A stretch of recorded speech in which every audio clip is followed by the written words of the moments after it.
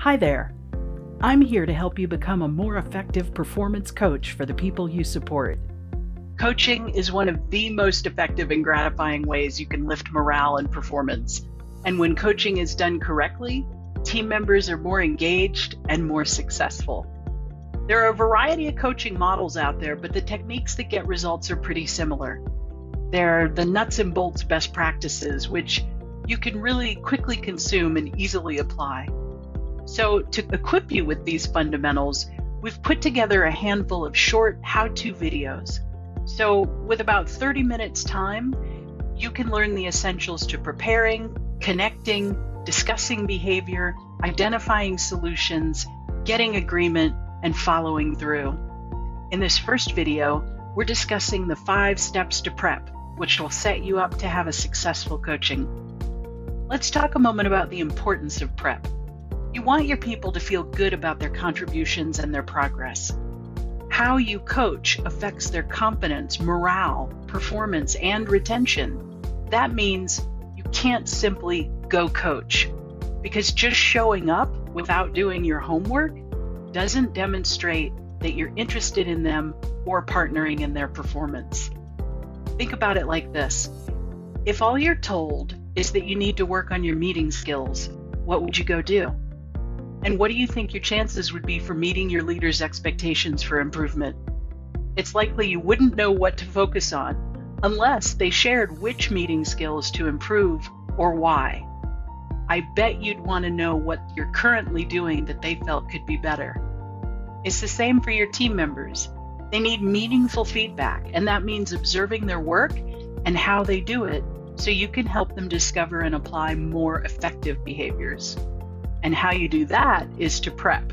So what does that look like? I call it the 5 steps to prep. Let's check it out. First, look up agreements from last time.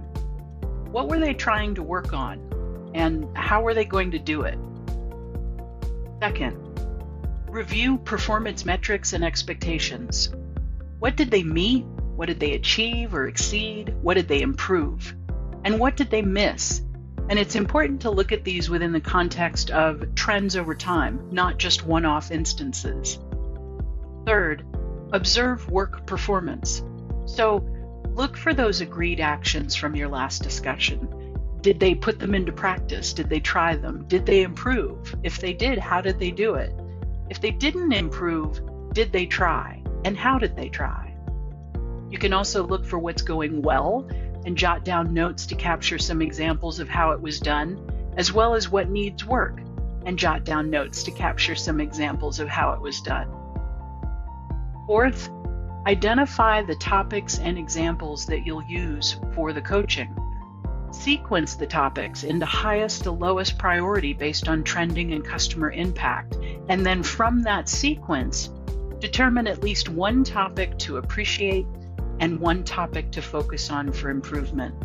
We can't focus on more than a few things at once, so narrowing it down to the most important positive and corrective opportunities is fantastic. Also, identify the examples that you captured that illustrate why or how that topic needs improvement. 5, plan a couple of example questions. So you identified the topic to focus on for improvement, and you captured the examples that illustrate your point. Next, you need to plan a question or two that you'll ask your team member in order to kick off that coaching conversation so they can start to self-discover and self-resolve. For instance, you could ask, what made you choose to do A versus B, which is a root cause type question. You could ask, what makes up a good empathy statement, for example. That's a knowledge or skill type question. You could ask, how do you think it impacted the customer when, which is an impact or a consequence type question. There's all different types of questions. The point is, if you plan at least one or two, then you're not struggling looking for how to kick off the conversation. So there you have it.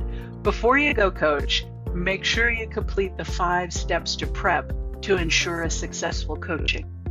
Those are, and we'll just go through them again real simply, look back at the previous discussions to see if the person improved or at least tried. Review performance against expectations to see where they're meeting, exceeding, or missing. Observe work performance to look for what's going well and what needs work. Identify the priority topics to address and examples that demonstrate your point. And finally, plan a couple of questions to help your team member think about the impacts and the options.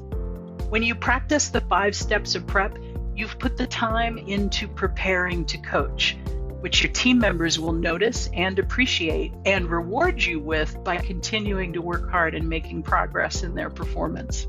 So well done. You've completed the first video in the Performance Coaching Foundation series. How about starting number 2?